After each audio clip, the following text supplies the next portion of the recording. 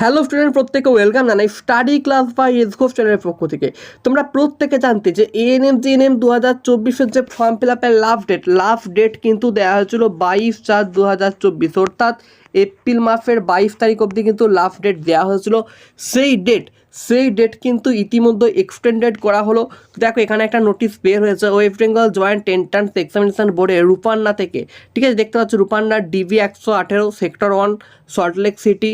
দেখো কলকাতার যে পিন নাম্বার সেটা কিন্তু দেওয়া আছে। এখানে কি বলে দেখো, all dates are tentative and can be changed in extraordinary circumstances. দেখো এখানে বলেছে অ্যাক্টিভিটি দিয়ে রেখেছে, দেখো online application with payment of fees. এগুলো কিন্তু আবার এখানে বলে দিয়েছে অল ডেটস আর টেন্টেটিভ, মানে এই ডেটগুলো কিন্তু আবারও চেঞ্জ হতে পারে। আমি আগেই বলেছিলাম যে ফর্ম ফিল আপের ডেট কিন্তু বাড়ানো হতে পারে। দেখো সেইটাই এখানে দেখো বলা হয়েছে যে ফর্ম ফিল আপের যে ডেট, অর্থাৎ যারা এখন অবধি ফর্ম ফিল আপ করোনি, লাস্ট ডেট যেটা 22 তারিখ অবধি ছিল, সেই 22 তারিখটা বেড়ে যে অনলাইন অ্যাপ্লিকেশনের যে ফর্ম ফিল আপের ডেট এবং পেমেন্ট, ঠিক আছে, এই পেমেন্টের ডেট কিন্তু 24/4/2024, অর্থাৎ তোমার এপ্রিল মাসের যেটা 22 তারিখ ছিল সেটা অলরেডি দুদিন বাড়ানো হলো এবং 24 তারিখ অবধি করা হয়েছে।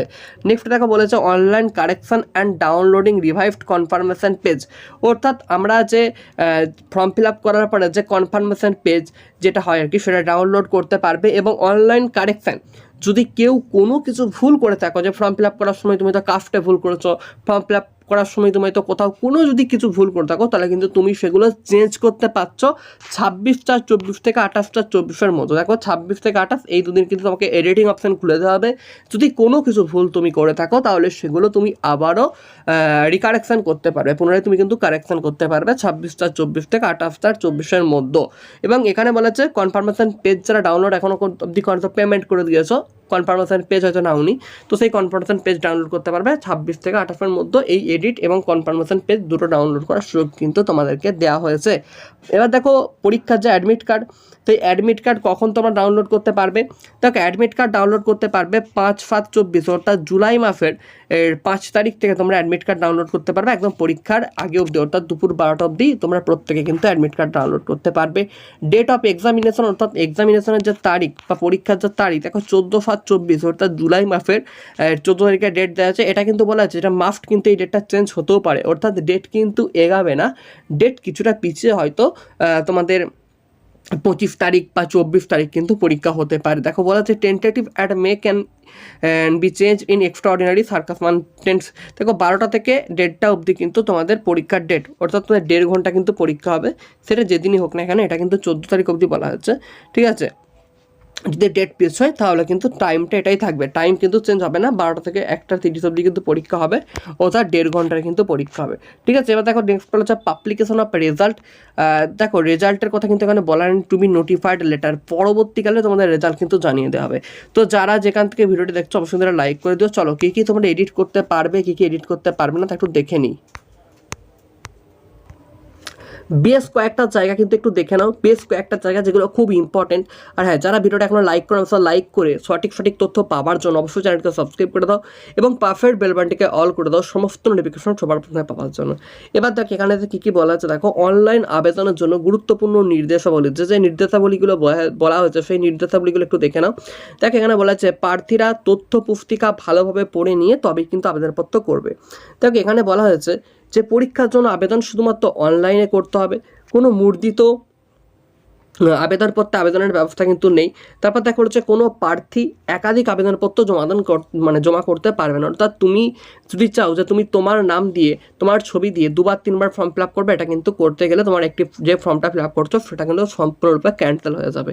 তোমাকে অবশ্যই কিন্তু একটি বৈধ ইমেল আইডি এবং একটা বৈধ মোবাইল নাম্বার থাকতে হবে, যেখানে অবশ্যই মেসেজগুলো চাই, অর্থাৎ কোনো বন্ধ হয়ে যায় মোবাইল নাম্বার বা বন্ধ হয়েছে ইমেল আইডি যেটা ইউজ হয় না সেটা যেন তুমি সেখানে না দাও। তারপর বলেছে দেখো যদি তুমি একবার তোমার নাম, বাবার নাম, মার নাম, তোমার লিঙ্গ, ডোমিসাইল এবং জন্ম তারিখ লিপিবদ্ধ এবং জমা দেওয়া হয়, এই তথ্য কোনো পরিস্থিতিতে পরিবর্তন বা সংশোধন করা যাবে না। অর্থাৎ তুমি কী লিঙ্গ, অর্থাৎ পুরুষ না মহিলা, সেই লিঙ্গ তুমি যদি ওখানে দিয়ে দাও, তোমার নাম, বাবার নাম, মায়ের নাম, ডোমিসাইল মানে তুমি যেটা সঠিক আর কি তোমার বাসস্থান সেখানটা, এবং তোমার জন্মের তারিখ, এগুলো কিন্তু তুমি কোনো মাত্রই অনলাইন কারেকশন করতে পারবে না, অর্থাৎ এগুলো বাদে তুমি সব কিছু কারেকশন করতে পারবে। তুমি কিন্তু স্কুলের নাম, তোমার যে অ্যাডমিট কার্ডের তুমি কিসে পড়ছো না পড়ছো মানে ও সব কিছু চেঞ্জ করতে পারবে, কিন্তু এই কটা কিন্তু তুমি চেঞ্জ করতে পারবে না যেগুলো বললাম। ঠিক আছে, বাদ বাকি তুমি সব কিছু কিন্তু চেঞ্জ চেঞ্জ করতে পারবে। তারপর দেখা বলেছে অ্যাপ্লিকেশন নম্বর পাসওয়ার্ড উত্তর অন্য কাউকে জানানো যাবে না, অর্থাৎ তোমার যে অ্যাপ্লিকেশন নাম্বার এবং পাসওয়ার্ড তুমি কিন্তু গোপন রাখবে, কাউকে এগুলো বলবে না, তাহলে কিন্তু তোমার সমস্যা। কেউ তোমার পাসওয়ার্ড বা অ্যাপ্লিকেশন নাম্বার জেনে যায় একমাত্র যে ক্যাব থেকে ফর্ম ফিল আপ করবে সে ছাড়া, তাহলে কিন্তু তোমার সেটা পরবর্তীকালে কোনো একটা ক্ষতির সম্ভাবনা থাকতে পারে। তো এগুলো কিন্তু কাউকে তোমরা দেবে না, যে যতই বলুক কাউকে কিন্তু দেবে না, ঠিক আছে। তারপরে তথ্য পুস্তিকার নির্দেশনা অনুযায়ী স্বাক্ষরের স্ক্যান করা ছবি আপলোড করতে হবে। তারপরে দেখো এখানে যদি কোনো প্রার্থী স্বাক্ষরের ত্রুটি বা আমিল কোনো SMS ইমেলে পান, তাহলে তাকে অবশ্যই একদিনের মধ্যে সংশোধনী ব্যবস্থা নিতে হবে। যদি এই ছবিগুলো গ্রহণযোগ্য না হয় তাহলে কিন্তু অ্যাডমিট কার্ড দেওয়া হবে না। কী বলছে দেখো, যদি কোনো প্রার্থী এই ছবি বা স্বাক্ষরে দুটি ত্রুটি বা আমিল সম্পর্কিত কোনো SMS যদি পান, মানে ইমেলের মাধ্যমে SMS করে দেওয়া হয়, তা কিন্তু একদিনের মধ্যে এগুলো সংশোধন করে নিতে হবে। যদি এই ছবিগুলো গ্রহণযোগ্য না হয় তাহলে কিন্তু তাকে অ্যাডমিট কার্ড দেওয়া হবে না, ঠিক আছে। তারপর দেখা হচ্ছে আবেদনপত্রে প্রদত্ত নাম, পিতার নাম, মাতার নাম, লিঙ্গ, ডোমিসাইল এবং জন্ম তারিখ ব্যতীত অন্যান্য তথ্য প্রার্থীরা যদি সংশোধন করতে হয় তাহলে সে সংশোধন শুধুমাত্র বিজ্ঞাপিত সংশোধনী সময়ের মধ্যে প্রার্থী দ্বারাই করা সম্ভব। সংশোধনী সময়ের পরে কোনো সংশোধন অনুমোদন করা হবে না।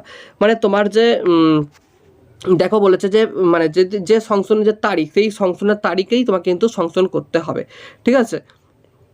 তোমার স্কুলের নাম ভুল দিয়েছো, বা তুমি ধরো পিন নাম্বার ভুল দিয়েছো, বা তোমার গ্রামের নাম, যে কোনো কিছু যদি ভুল করে দাও সেগুলো কিন্তু তুমি যে তারিখ আছে সেই তারিখের মধ্যে কিন্তু তোমাকে কী করতে হবে না, সংশোধন করতে হবে। পরীক্ষার ফি শুধুমাত্র net banking, debit card, UPI এগুলোর মাধ্যমে পেমেন্ট করা যাবে।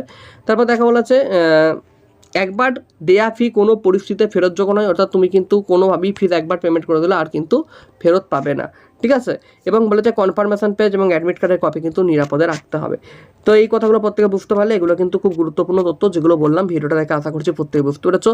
আর হ্যাঁ, যারা আমাদের এখনও পেড ব্যাচে অ্যাডমিশন নাওনি, একদম আমাদের লাস্ট মুহূর্তে অ্যাডমিশন কিন্তু চলছে, যারা এখন অ্যাডমিশন নাওনি তো অবশ্যই অ্যাডমিশনের জন্য কন্ট্যাক্ট করো। নিচে দেওয়া নাম্বারেতে আমাদের টোটাল ফিস, আমাদের আজ যেটুকু পুরো সিলেবাস কিন্তু কমপ্লিট করা যাবে, তারপর এক্সাম, মক টেস্ট সব কিছু রয়েছে মাত্র 999 টাকার মধ্যে। যারা এখন অ্যাডমিশন নাওনি অবশ্যই অ্যাডমিশনের জন্য যোগাযোগ করো, নিচে দেওয়া কন্ট্যাক্ট করো। চলো এখানে ভিডিওটা শেষ করলাম, প্রত্যেক অসংখ্য ধন্যবাদ। আর যারা আমাদের হোয়াটসঅ্যাপ গ্রুপে এখনও জয়েন করেন, নিচের ডেসক্রিপশনে বক্সে লিঙ্ক পেয়ে যাবে। ফেসবুক গ্রুপে যারা জয়েন করেনি, মক টেস্টের জন্য ফেসবুক গ্রুপেও জয়েন করতে পারো। আমাদের ফেসবুক গ্রুপের লিঙ্ক এবং হোয়াটসঅ্যাপ গ্রুপের লিঙ্ক নিচের ডেসক্রিপশন বক্সে দেওয়া হলো।